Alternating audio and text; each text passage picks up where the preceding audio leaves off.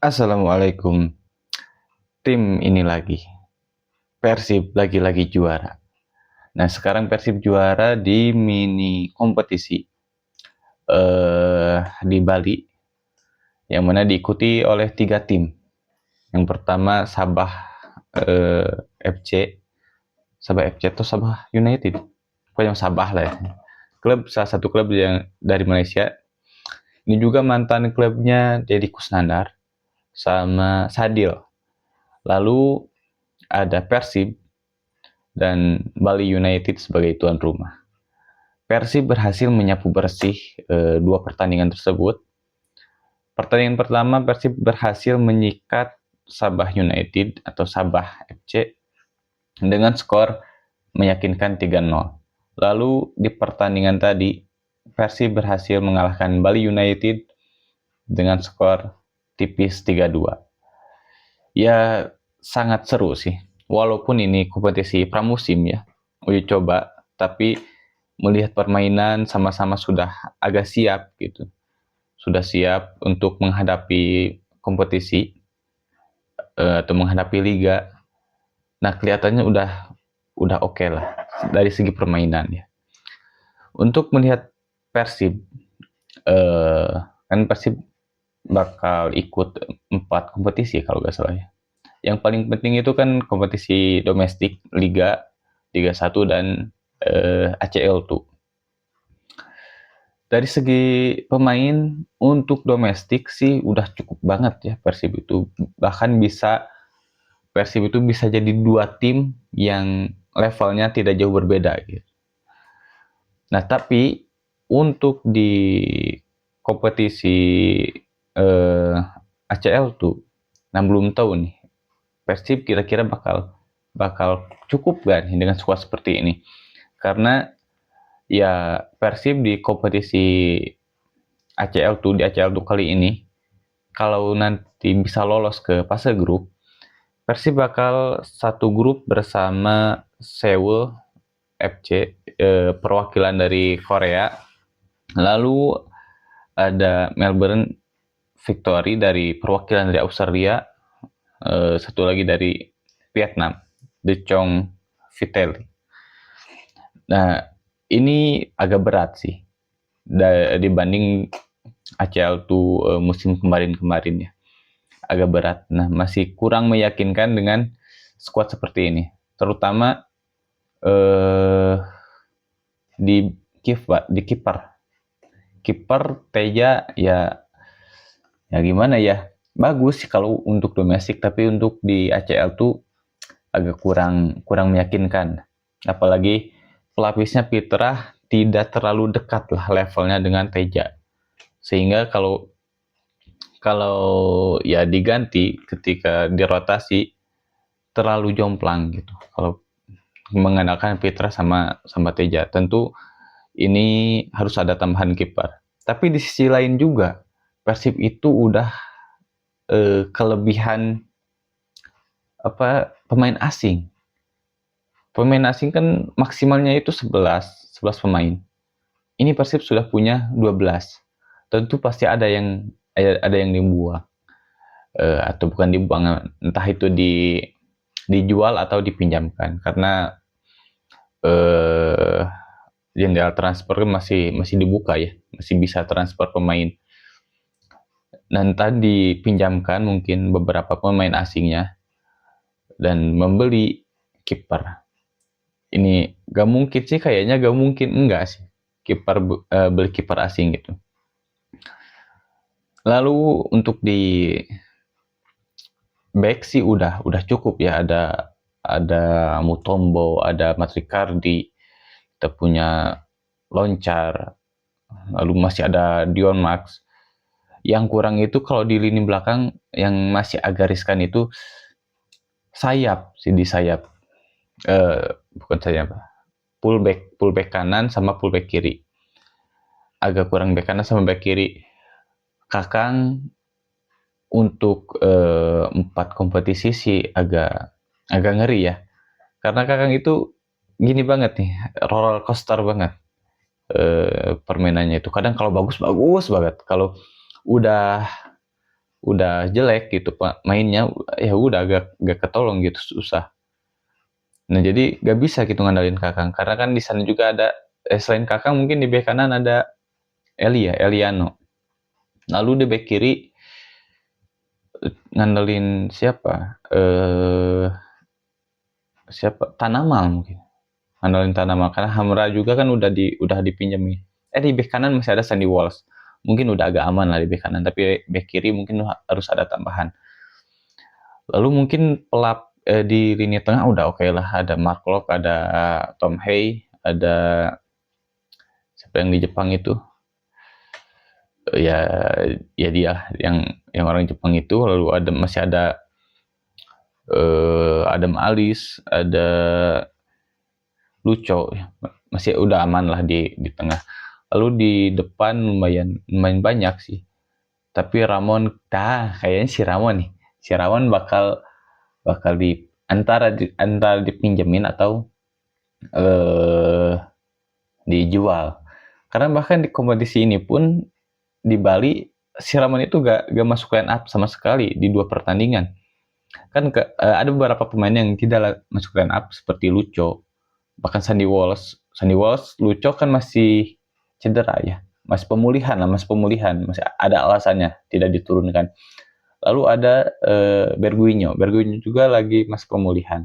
Jadi ada alasannya. Tapi kalau si Ramon ini dia gak ada alasan, gak tahu.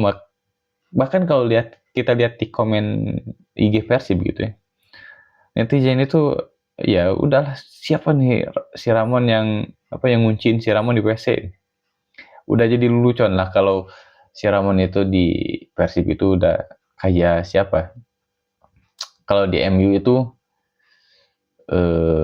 siapa itu teh yang back Maguire, kayak udah kayak si itulah Maguire. Kerja keras, iya kerja kerasnya kelihatan banget gitu ya, kerja kerasnya itu. Tetapi ya hasilnya selalu kurang dan agak lucu aja. Kayak tiba-tiba terpeleset, tiba-tiba nubruk kadang eh, build up udah bagus nih, ketika bola di si Ramon ya hilang gitu. Hilang juga ya bukan direbut, kadang ya itu Soledad gitu. Kocak lah, agak kocak. Lalu mungkin di depan pelapis Balsa ya, Balsa Sekulik. Memang dia itu bagus. Nah, beberapa tahun ini Persib itu kurang striker yang seperti Balsa yang bisa menahan bola, bisa membuka ruang, bisa dan memanfaatkan setengah peluang menjadi gol. Persib itu kekurangan striker seperti itu. Bahkan di zamannya David da Silva, walaupun selalu top skor gitu, selalu ngegolin dan bisa menahan bola kuat gitu, tapi ya kayak gimana ya, David da Silva itu udah kurang meyakinkan, kurang enak ditonton lah, kurang enak ditonton. Tapi memang setengah peluang bisa jadi gol. Nah setelah tiadanya David da Silva, kerasa banget nih Persib itu tidak ada ujung tombak. Nah dan sekarang menemukan Barca Sekulik. Tapi dengan 4 kompetisi gak mungkin kan terus-terusan digenjot gitu si Barca ini. Tentu harus ada pelapis yang sepadan gitu. Di sayap kanan kiri udah cukup lah. Ada Beckham, ada Orat Mangun ya. Bahkan Eli bisa di sana, ada Peralta. Nah, Peralta ini menjadi Fajel yang selama ini gak ada di Persib. Persib itu kadang gini, ketika diserang sama tim lain, lawan itu bisa 2-3 pemain itu bisa jadi peluang ketika menyerang. Tapi Persib ketika bahkan counter, 2-3 pemain itu agak susah. Susah, kalau 3 lawan 4, 3 lawan 5 itu susah. Tapi kalau lihat lawan Persib, ketika nyerang ke Persib, mereka itu cukup 3-4 pemain bisa jadi peluang. Bahkan 2 pemain bisa jadi peluang gitu. Nah dengan adanya si Peralta ini, Persib punya punya kesempatan itu atau punya bisa seperti itu, bisa satu pemain bisa membahayakan pertahanan lawan. Lalu kalau di tengah sayangnya nih di kompetisi atau di pramusim kali ini tidak melihat si apa itu si Tom Haye sama si siapa yang Jepang itu? Nah, bentar kita lihat dulu. Itu nama. Nah, Notsuda. Ini gak kebayang ya kalau mereka itu bermain bareng, si Haye sama si Notsuda. Karena kalau kita lihat, Notsuda ini dia punya kelebihan akurasi dari bola datar. Bola-bola datarnya itu enak gitu. Nah, kalau Tom Haye justru bola datarnya itu kurang. Tom Haye ini kalau kita lihat dia itu akurasinya itu lebih pas atau lebih lebih enak di bola-bola atas. Crossingnya dia si Tom Haye ini bagus lah. Nah, jadi kalau mereka main bareng, ketika Tom Haye stuck, eh, terkunci lah permainannya, maka kita masih ada pemain kreatif si Notsuda ini yang bisa.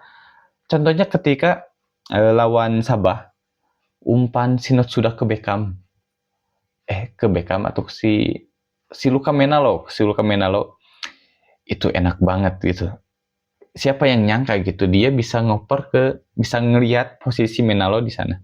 Itu kan harus sekian detik ketika dia menyadari ada pemain di sana, ada temannya di sana, dia langsung ngumpan ke temannya. Itu sulit gitu. Bahkan kayak pemain lawan pun gak nyangka gitu si Natsuda itu bakal ngeluarin umpan seperti itu. Nah, untuk di gelandang bertahannya kayaknya si Adam Alis nih lebih cocok. Kalau Mark Klok ini gimana? Kalau sama kayak Kakak sih sekarang itu kalau dia bagus banget. Tapi kadang Mark Klok ini dia itu terlalu lama nahan bola sehingga sering kehilangan bola. Jadi ditahan, gak langsung di passing, ketika dia nahan direbut. Atau passingnya itu selalu nanggung gitu. Sering bukan nggak selalu sih, tapi sering nanggung. Jadi menyusahkan temannya juga gitu. Mark Locke ini. Ya mungkin iya untuk Persib pelapis Balsa sama pelapis Teja mungkin ya yang perlu. Nah berarti kalau mau ngambil kiper di asing, Persib harus meminjamkan atau mengeluarkan 2 pemain asing. Mungkin misalkan oke lah Ramon dikeluarkan atau dipinjamkan, berarti ada 1 asing lagi yang harus dikorbankan. Kalau melihat skuad pemain Persib gitu, kayaknya di lini tengah udah tercover sih. Mungkin Luco bisa bisa bisa saja gitu. Luco di dijual atau dipinjamkan. Karena ini kiper wajib banget gitu harus. Apalagi dengan grup sekarang gitu, perwakilan dari Korea, dari Australia itu kan berat lah susah untuk Persib. Dengan skuad seperti ini kalau di domestik ya udah oke banget sih. Oke banget, tapi kalau untuk di Asia ya agak riskan lah. Nah, untuk jadwal di Asia itu Persib harus akan melawan Manila Digar dulu di tanggal 30 atau 31 Agustus. Nah, kabar buruknya 2 pertandingan kandang Persib itu tidak bisa ada penonton, tidak ada supporter. Itu imbas dari ya kasus kemarin lah waktu lawan Ratchaburi. Persib mengajukan banding tapi ditolak oleh AFC. Nah inilah dampaknya ya. Kita itu harus saling mengingatkan, harus saling dewasa. Karena dengan ulah kita, kan itu paling 100 orang, 70 orang mungkin yang berulah. Iya, gara-gara 100 orang, 70 orang itu yang kena dampaknya kan semua gitu. Kita yang benar-benar pengen nonton ke lapangan gitu ya, pengen lihat, jadi gak bisa gak kena dampak juga gitu. Dan bukan bukan itu bukan hanya itu, bahkan klub pun kena dampak. Selain bayar denda, kan dendanya lumayan juga ya, 3,5 miliar kalau nggak salah. Lalu Persib juga akan kekurangan atau kehilangan pemasukan dari tiketing. Lalu ya kekurangan supporter, dukungan secara langsung. Itu sangat sangat sangat dirugikan. Ya mungkin itu saja untuk video kali ini. Ya semoga lah untuk kedepannya ada kabar baik dari Persib. Semoga bisa perform di Asia. Kemarin di 16 besar, semoga minimal untuk sekarang Persib bisa masuk ke 8 besar. Terus untuk video kali ini jangan lupa like dan subscribe. Sampai jumpa di video selanjutnya. Assalamualaikum warahmatullahi wabarakatuh.